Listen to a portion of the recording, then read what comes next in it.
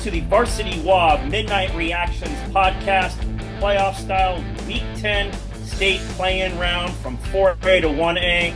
I'm your host, Todd Milles. I have the championship coach, Eric Kurle, on with me. We're going to have some interesting things to talk about and a couple guests tonight. A couple coaches of lower seeds will join us here from Wild Week 10. Stick around. Okay, let's go right to the Week 10 Top 25 scoreboard. Some interesting scores that we'll get to with the coach in just a minute. But let's go. The rundown. Number 1 O'Day beats Snohomish 56-14. Number 2 Gonzaga Prep beats Sunnyside 68-20. Number 3 Lake Stevens had a little bit of trouble tonight with Woodinville before pulling away 56-28. Eastside Catholic, number 4, will play on Saturday. Number 5, Mount Tahoma beats Prairie 58-7. Number 6, Puyallup 77-0 over Kamiak. Number 7, Chiawana beats Wenatchee 35-14. Number 8, Graham Caphausen and number 9, Archbishop Murphy play Saturday. Number 10, Sumner blanking Eastmont 62-0. Number 11, Bellevue, no problem with Inglemoor 51-14. Number 12, Tumwater beats Sultan 51-6. Moses Lake, number 13, and number 14, Anacortes will play Saturday. Number 15, Richland shuts out Mount Si 41-0. Number 16, Glacier Peak handles Tahoma 31-7. Five-time defending 1A champs at number 17, Royal blanks Kingsway Christian 69-0. Number 18, Camas, a little bit of problems with Olympia, puts them away in the second half 31-14. Number 19, Skyline beats Arlington 33-13. Number 20, Bothell, really struggled with Battleground tonight. Found a way to win 20-17 up at Popkini. Number 21, Cedro Woolley. Number 22, Kennewick play Saturday. Number 23, Rainier Beach beats Stanwood 47-21. Number 24, Lakes, no problem with Decatur 49-7.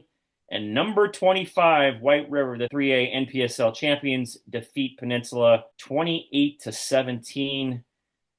Championship coach, it's me and you tonight. You look at that scoreboard, that crazy, crazy scoreboard. What are those scores that are looking at you? Man, you got to look at, the OMAC win. That group of kids just played really well. Covell, they lost them earlier in the year, and they got the win right there. And then Seattle Prep, how about that nice win right there? Yeah. I guess if you were a Spokane team playing in Spokane or Cheney tonight, going for 2 or facing the 2-pointer didn't work out well tonight. Cheney loses, going for 2, loses to Ferndale, and then Southridge goes for 2 at Mount Spokane and gets it. Those are 2 crazy ways to win and lose a game. Both 3A GSL teams, the top 2 seeds, are out in the round of 32. Speaking of Seattle Prep and Southridge, we'll have both coaches joining us. Our first guest, Seattle Prep football coach Aaron Maul. They were a lower seed, had to go on the road tonight, rallied for a 20-10 win over Mountlake Terrace. Aaron, what a fourth quarter for you guys. Your guys really stepped up. A couple Leo Harnato touchdown runs. Just how about that fourth quarter and the way your guys played to rally for a win? Yeah, I think, it was a tough one because we knew they were a big physical group and they wanted to run the football. And if we let them get out in front of the chains or get out in front of the scoreboard, it was going to be tough for us to be able to execute a game plan.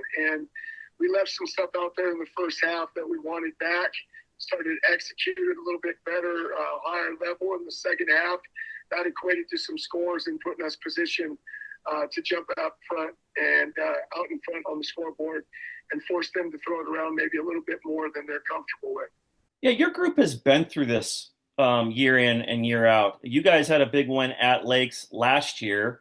Mountlake Terrace was new to the party. How much do you think the playoff experience edge really came through for you guys tonight? I think, that definitely comes into play, but I gotta say, Todd, it's it's the blessing of the Metro League and just being in a conference that, we've seen a number one and number two. And I think at the time it was a 6th or an 8th ranked team, 8th ranked Rainier Beach club.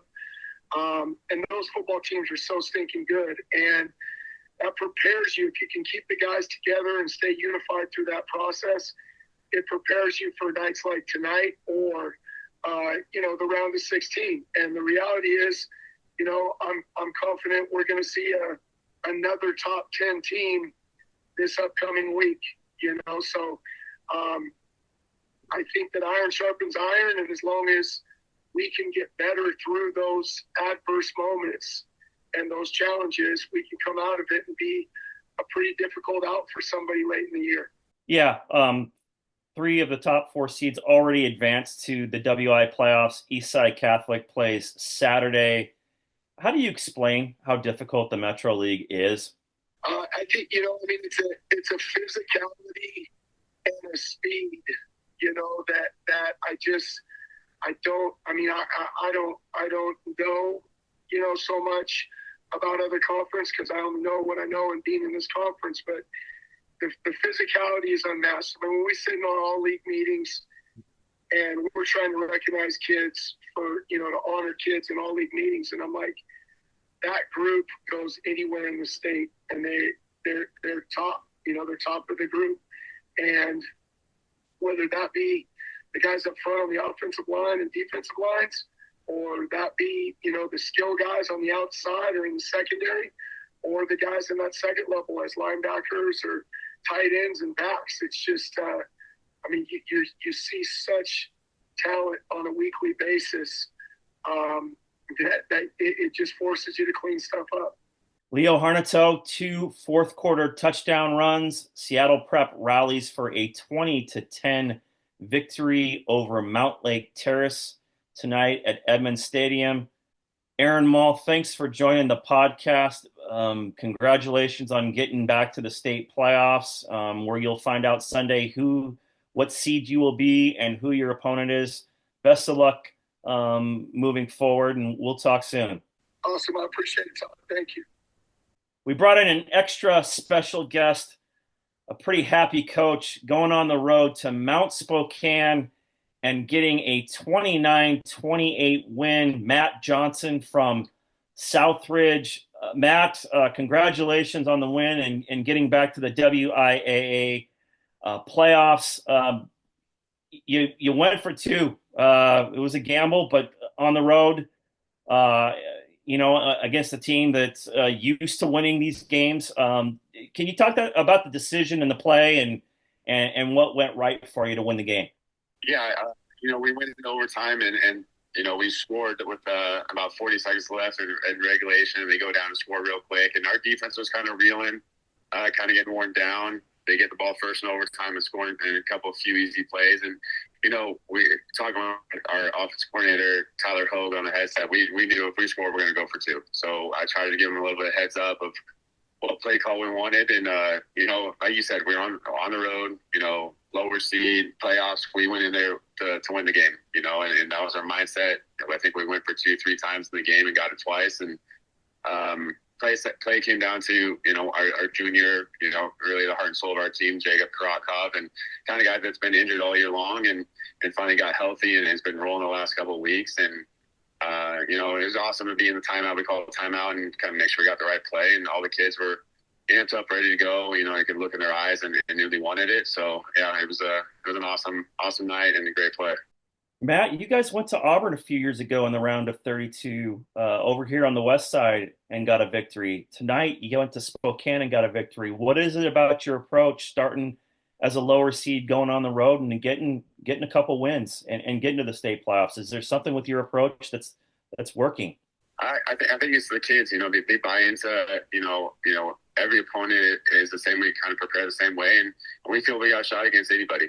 We trust what our offense is doing and what our defense is doing. And when it gets to playoff time in a meaningful Week 10 game, we have the mindset of we want to play together as long as we can. You talk with the seniors and talk with this group. This is the last time this group ever gets to play football together as a group right now. And as coaches, we want to coach them as long as we can because they're great men. And as players, I tell them all the time as a former player, like, you guys don't get these memories back. Like, let's go and play as long as we can, do everything we can to make that happen. And, it was it kind of just had a special feeling when we walked in the stadium tonight that it was going to be a great game, and turned out to be a great outcome for us. Going to Union Stadium outside Spokane, Southridge comes home with a 29-28 victory to qualify for the Class 3A WIA playoffs. Matt Johnson, thanks for joining the podcast. Congratulations and welcome back to the state playoffs. Best of luck moving forward. We appreciate you joining the podcast.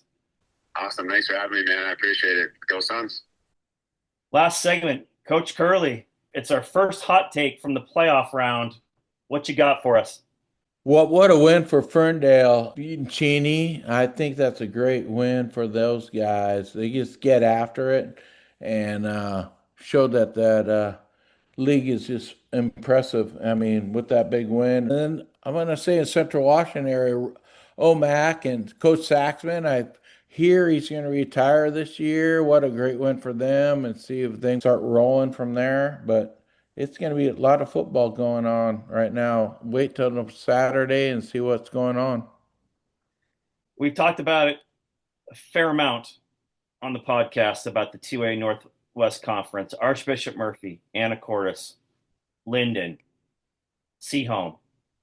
Well, let's look at what the number 5 seed from that league did tonight. For sure. What an impressive showing for Burlington tonight, going to North Kitsap and blanking the Vikings 40-0 in Paul's Bowl. I can't remember the last time North Kitsap was shut out in a football game, but what an impressive showing as the last team in from the Northwest Conference. There's a very real possibility, Eric, that 5 teams from this conference could be in the Class 2A playoffs come Sunday for the draw. Again, if we all needed a reminder, we got it tonight, and we might see them after tomorrow be 5-0 and moving forward and marching on in the Class 2A playoffs. I'm right with you right there. I mean, that's probably the most impressive league, I think, in the state of Washington. If you look at all levels, you can't find anybody that's got top to bottom like they do. Yeah, and Squalicum didn't even make the state playoffs, and many people consider them a top 15 or 16 team. So congratulations to Burlington Edison. Well, that'll do it for the VarsityWA Midnight Reactions podcast, Week 10, the state play-in round. Want to thank our special guests, Seattle Prep coach Aaron Maul and Southridge coach Matt Johnson. Both teams lower seeds tonight in the Class 3A playoffs. Both go on the road to get wins to move on to the WIAA playoffs. And of course, our regular guest, the championship coach Eric Kurle in Chelan. We will see you next week for the first round of the state playoffs.